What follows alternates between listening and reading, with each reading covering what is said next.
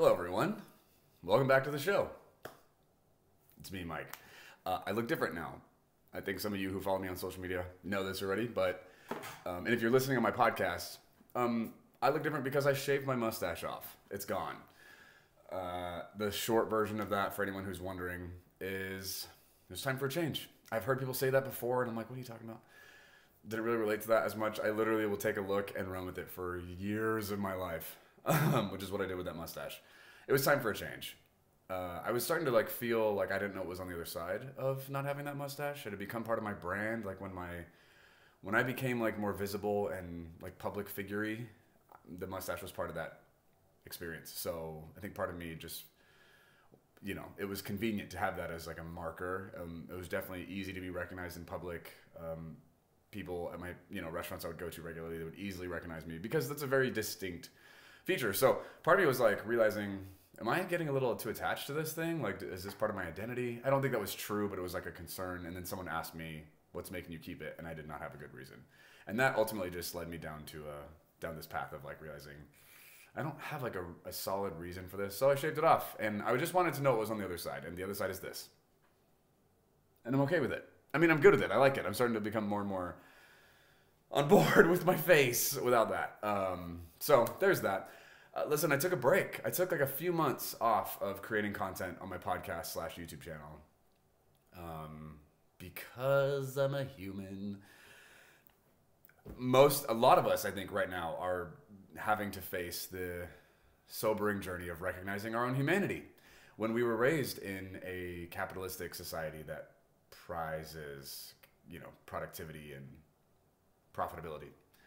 And for those of us who, have been grinding in that world at the expense of our own well-being, it starts to become a little too expensive. And I was the guy, and I did that. I promoted that kind of grinding culture until I came out as a gay man. And when I did that, that was a sobering lesson of recognizing that my well-being was consistently being put on the back burner for the sake of my profitability or my relevance or my contribution. And I had to on a survival level kind of recognize and reprioritize what was important in my life. And all of a sudden making money or, being efficient or getting stuff done took a back seat to my mental and emotional well-being, which I'm proud of that. It's maybe embarrassing that it took me that long to figure that out. And some of you listening to this right now, you haven't figured that out yet. And, and I get that. And there's no judgment for me because I didn't get that either. And it's weird because you can hear people talk about this, but you mostly dismiss needing to face that by just simply judging the person and then invalidating what they're talking about, and you move on. I did that to people all the time. And so some of you might be doing that to me right now. That's okay. I get it. You're just not ready for it, and that's all right. But I do want to just say, on the other side of this experience, you're a person. You're a human being, and being a being designed for love. When you're a person designed for love, which we all are, productivity and profitability are not at the core of your purpose or reason for existing.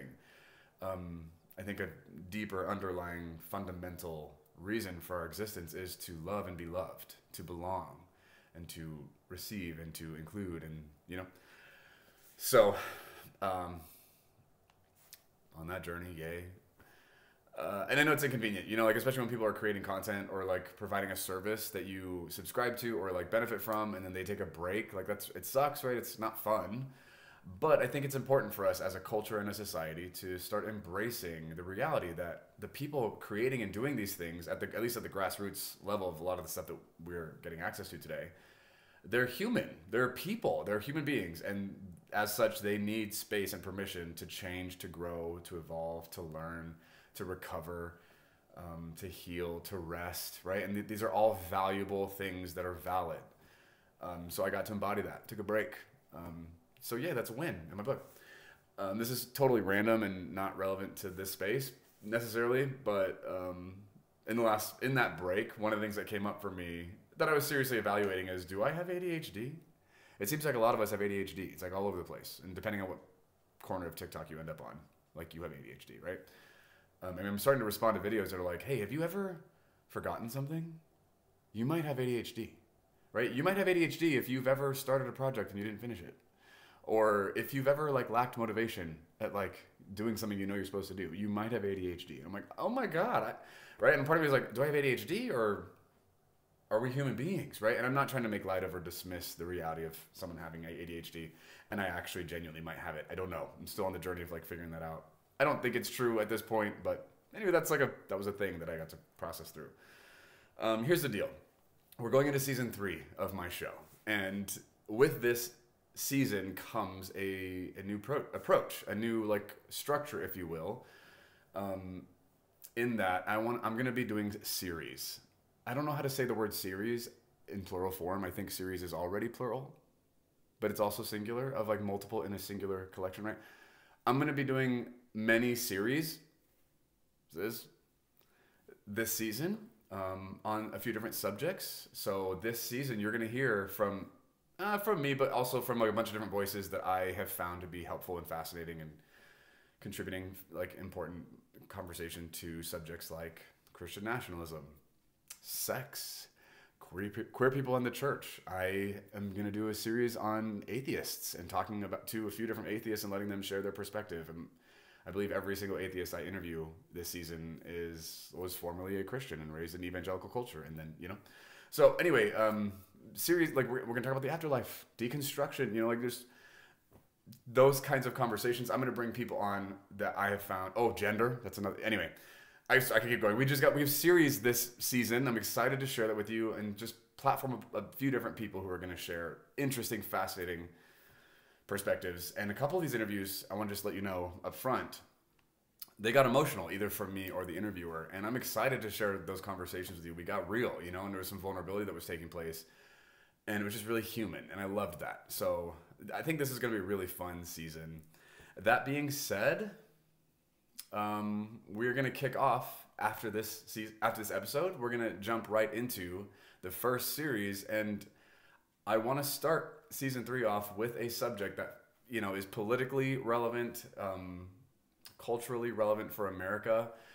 We're going to talk about Christian nationalism. I'm going to do a series on that. So, the next episode is going to be me interviewing a few different people who are sharing their perspective and experience and vantage point on Christian nationalism. And I want you to know, like, I was raised evangelical. I was raised Republican. I don't think anybody said that out loud, but it's true. Conservative, obviously. And that deeply impacted my worldview and values and all that. So in this episode, I actually would like to take some time to share my perspective and experience on the whole subject of Christian nationalism. But before I jump into that, I just also want to my last like intro piece, and then I'll talk about this, is another big thing that I just kicked my camera, that I've been evaluating that has been like, initially it was like trepidatious for me to even look at this. I'm like, I don't want to look at this. I don't want to experience conviction. I don't want to have to face this because of how impactful it will be. But I'm having to look at the capitalism that I was raised in, not just like economically, but like internally, the values that were instilled in me by people I respect in a lot of ways. The capitalistic nature of how I know how to make money, of how I know how to generate income. I am an entrepreneur and I love being an entrepreneur, but I've actually shirked that aspect of my identity and my skill set because of the capitalism and the exploitation that I see happening within that structure. I don't want to just outright say capitalism is bad or evil. I don't think that at this point. But I think there are lots of problems with what capitalism has done to people in the country that I live in. The consequences that have come from the ways that this system has gone unchecked or, been excessive. And anyway, so I'm looking at that and I don't have all the answers. I'm still in a process. So, hey, I'm going to play the human card. I'm still figuring this out. I'm still like looking at questions or looking at things and pulling things apart and soberly like processing through, what does this mean to me? How do I show up here? In what ways am I violating myself, let alone other people, by running my world in certain ways, right? So that process is emotional and has taken a toll on me as a content creator, as a business owner, as someone who employs other people. It has taken a toll. I have suffered, I would say, in not just economically, like my income has dropped because of my attitude changing around capitalism, which I don't want to admit here because it feels like failure. But again, in the name of humanity, like I'm going to to try and just be honest and vulnerable here in this space. I think it feels like trepidatious to be vulnerable here because I don't have answers and I don't know a year from now what I'm going to be thinking, and I don't want to look back on this video and be like, oh God, I can't believe I said that.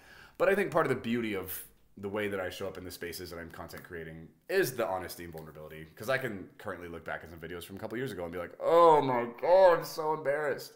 So you know what? In keeping with tradition, let's keep it going.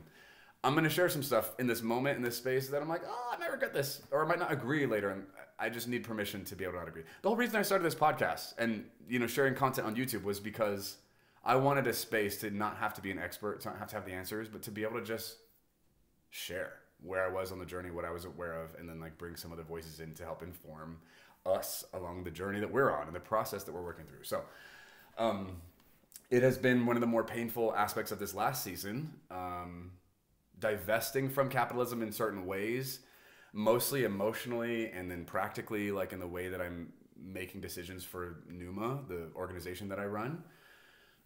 And the bummer side of that is it has cost me and my team income. Like we are all, suffering is a strong word, but we are all experiencing loss when it comes to like how much money we've been making and, you know, the choices we're making in our lifestyles. And I don't want to admit that because again, it feels like failure, but like that's a reality. And so I just want to kind of level with you here. Like that's been a very real challenge.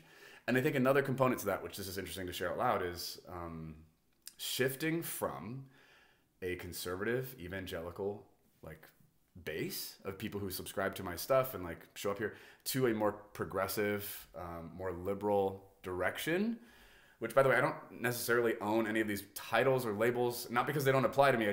I've not done the work to like honestly establish myself as like, this is who I am or the identity I'm taking on. I just know I'm leaving conservative land, right? Like I'm not a conservative anymore. That is true.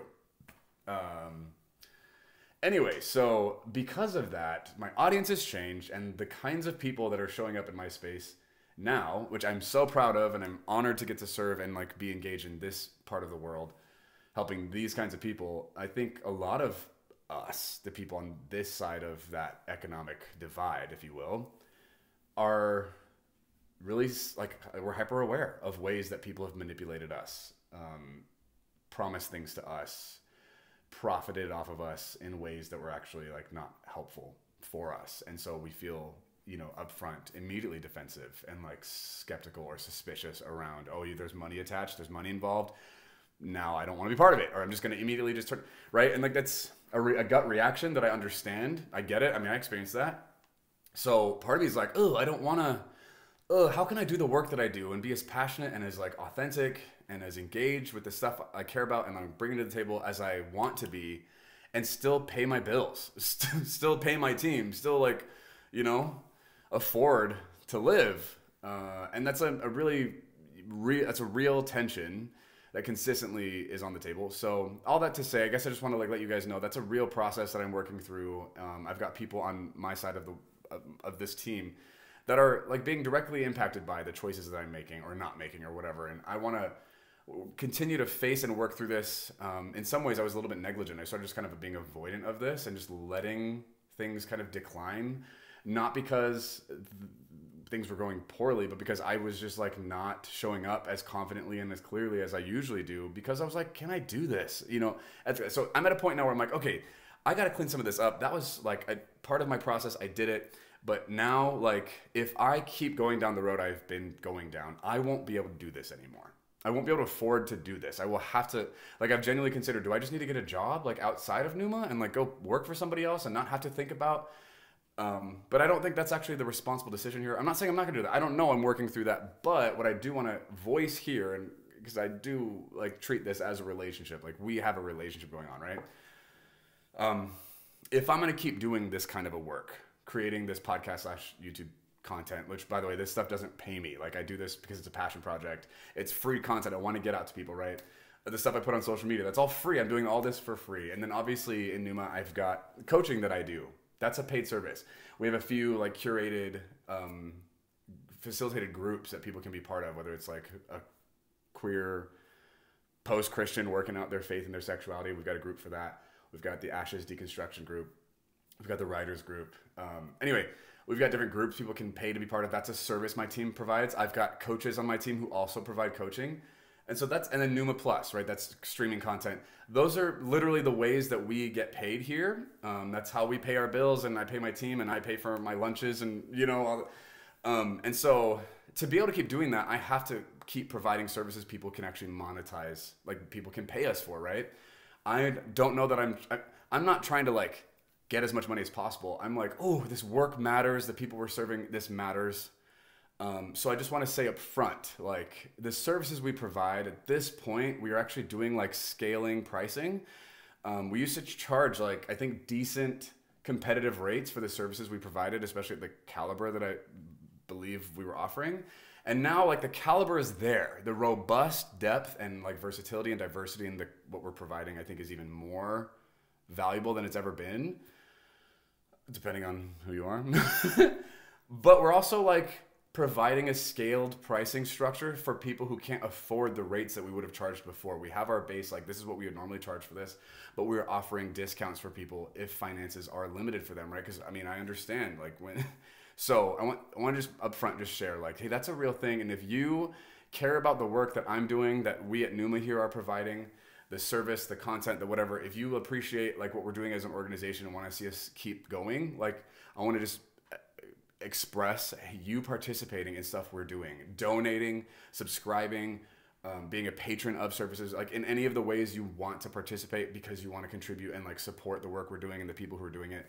I want to let you know up front, nice and clear and loud, like we welcome your support. We need it. I hate using that word, the capitalist in me from the past, it was icky, but the human in me and the honest processing, being like a responsive, critical thinker through the systems that I'm becoming conscious of that I'm benefiting from or like hurting people by or myself, like this is real. Like we need your support and your involvement in order for us to keep doing the work we do. And the work that we're doing like requires energy and effort, and there's a ton of time every week that we're putting in.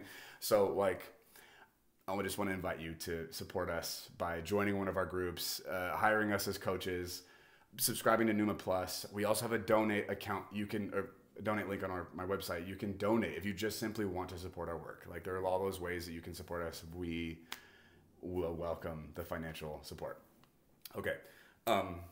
So that being said, I want to just chime in for myself on this Christian nationalism series that we're about to jump into.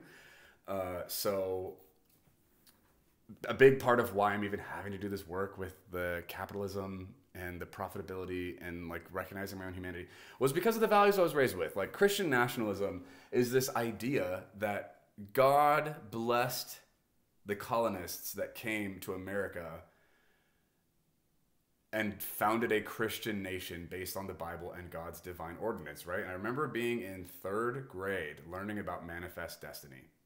This notion, this idea that God like endorsed people to come to America to wipe out the natives, right? And take the land and found this great nation. And then that whole idea, that ideology is perpetuated by this belief that like the reason America has been so successful in the ways that it's been and so impactful and so like this beacon of freedom and liberty is because God chose this nation. It was founded on biblical principles. And the reason God blessed us was because we honored and obeyed the rules in the Bible. And the more we deviate from that, the more our country suffers.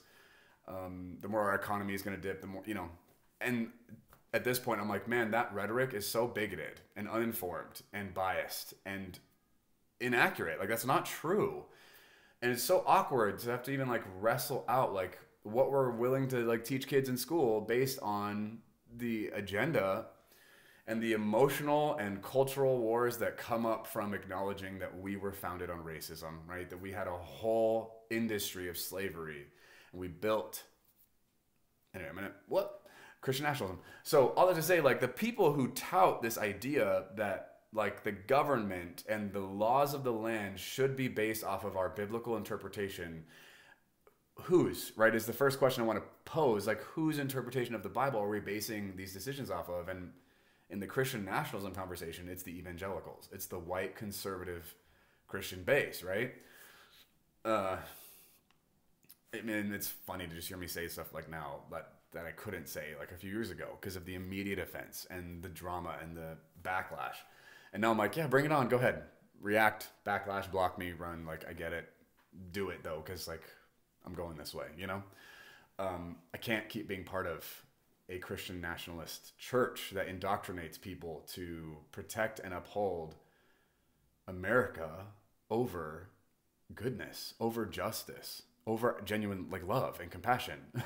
It's a problem to think that the people in this nation are like more prioritized than other people is inappropriate, is unbiblical, but it's very American to think like that. I remember being raised with these kinds of values. Literally, listen, this is true. Oh, I kicked my camera again. Literally, I went to a private Baptist school when I was in preschool, kindergarten, first grade.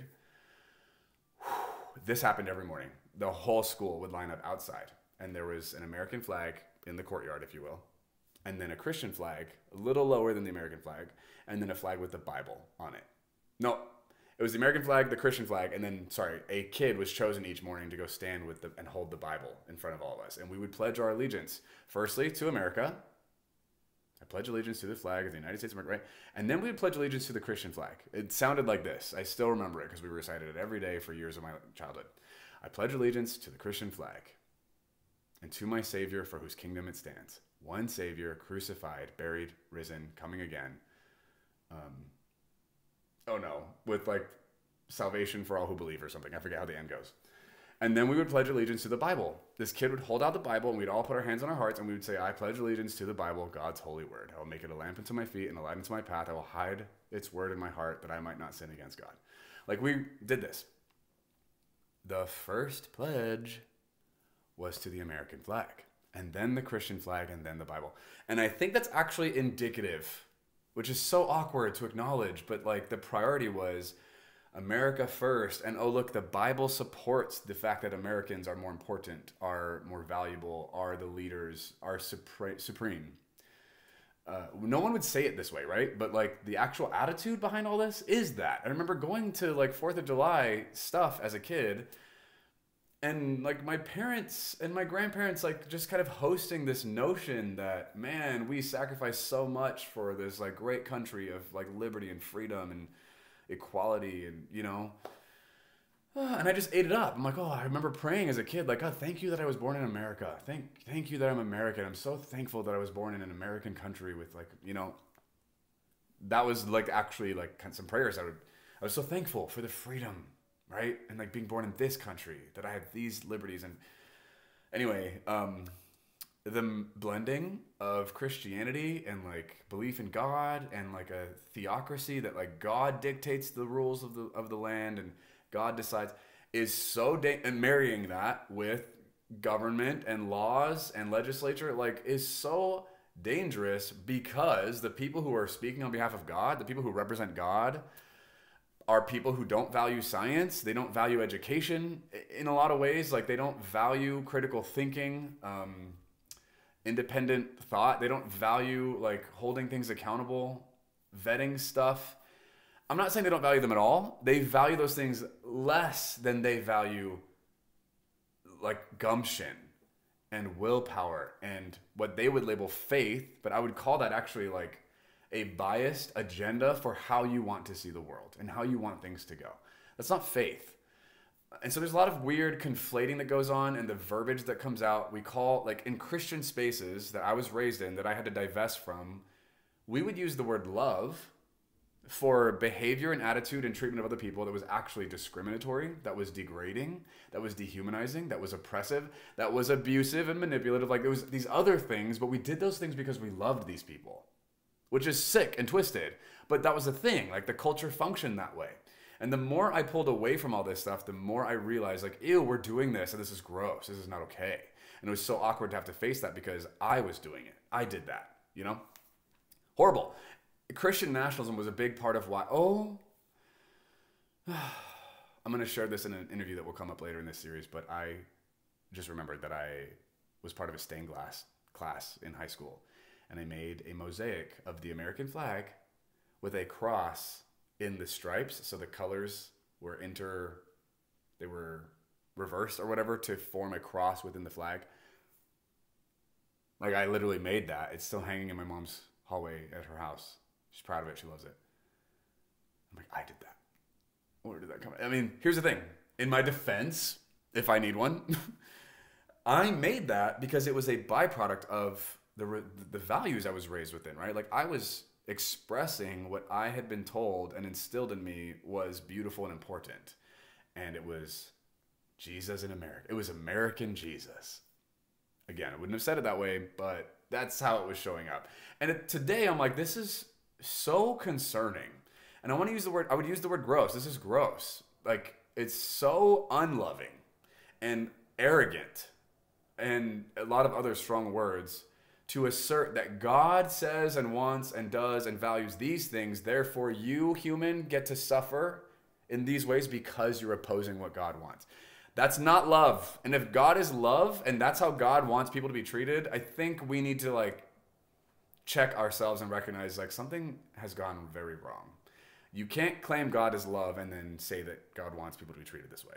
Those are literally contradictory ideas. So either God doesn't want people to be treated that way or God isn't love. We need to be honest about this and like pick a side, if you will. We don't get to have both. God is a dictator tyrant who will, and a king, right? A monarch who will exact his will on your life. And the harm and suffering you experience as a dehumanizing dynamic of his authority is your problem, not his. But also God's love and he loves you. They love you, right? Like, not okay. These are actually contradictory ideas. If God is love, then God would never endorse people being marginalized, excluded, discriminated against based on their humanity. Like, anyway, so all that to say, I think the Christian nationalism conversation is really important. It's something that needs to be broached. And so that's why I wanted to choose to have a series even on my show to address this. I did ask for some other people on the other side of this to chime in. The communication kind of fell apart and I don't know what's going on there. So I'm going to be sharing voices who are all confronting the ills, the harm, the problems with Christian nationalism. The people I probably would have had defend that idea, I think, you know, it starts to become like, well, what are we defining as Christian nationalism, right? And it's like, okay. So just know this is going to be a very biased interview series. I'm not interested in defending Christian nationalism. I want to expose it for what it is. Obviously, politics comes up, but I think it's important to address that as well. Politics aren't irrelevant. They don't not matter. They do. And I'm not a political activist / commentator. That's not my role. I don't feel like called to that. But I do have opinions and values that are expressed in that space as well, right? So I want to like provide clarity, commentary, perspective. I would have benefited from hearing people say these things at some point in my journey. I know like a few years ago, I would have just refuted a lot of it and like dismissed these people and labeled them and moved on with my life, right? And it wouldn't have bothered me.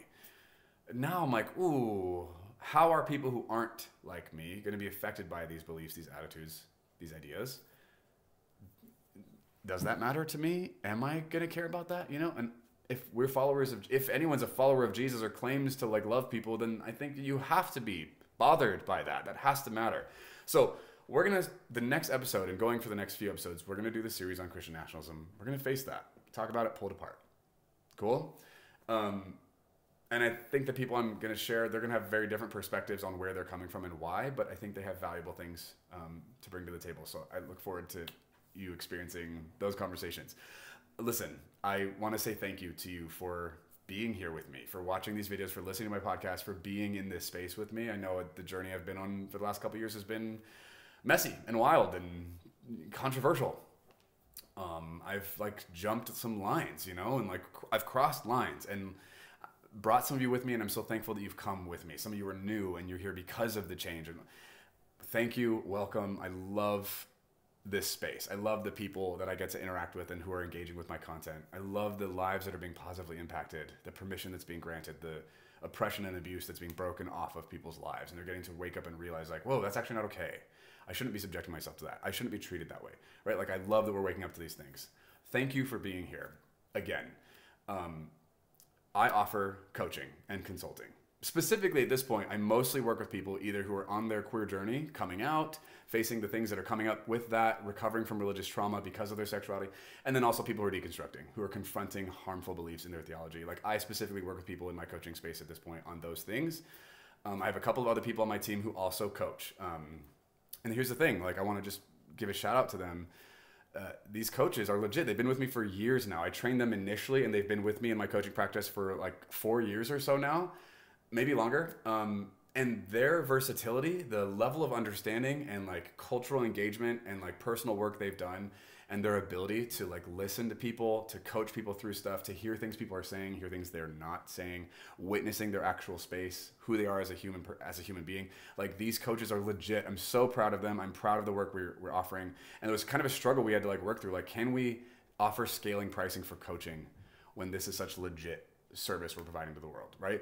But the thing is, like, okay, I want to prioritize. Let's help the people who are looking for the help and get to them in ways that we can, that they can afford, even if it means, you know, we're not being economically acknowledged at the degree that we believe we're worth, right? We made that choice. So if you need one-on-one attention, whether it's with me or with one of my coaches, like, we are legit. It's so weird for me to like, but I'm so proud of the coaching that we offer here at Numa, the spiritual intelligence, the emotional awareness, the empathy, the compassion, the way that we've been able to humanize people, the confronting of harmful ideology, whether it's religious or like bigoted, racist, homophobic, transphobic, xenophobic. Like, we have grown in our ability to recognize and like work through this stuff with ourselves and with people. So if that's something you're looking for, please know our coaching is available and we would love to work with you. We also have a few, we called them mentorship groups before, but they're more like facilitated discussion groups at this point. They're led, but it's like very much a community-based like dynamic. If you're interested in being part of a deconstruction space where you can deconstruct with other people, it's called Ashes. That's the group that we run. We are welcoming new people for that.